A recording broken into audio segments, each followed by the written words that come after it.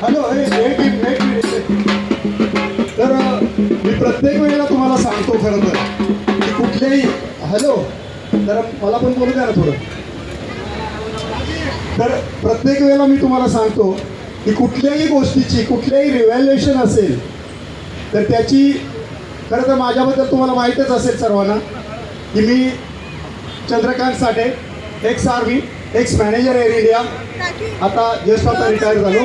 त्याच्यानंतर मी एवढंच म्हणतो की प्रत्येक गोष्टीची सुरुवात ही आपल्या घरापासून करा. मी आताही मी याला होतो सावरकर हॉलला होतो, त्याच कपड्यावरती इकडे आलोय. त्यांनाही मी तेच सांगितलं की फक्त झेंडे नका मिळवू.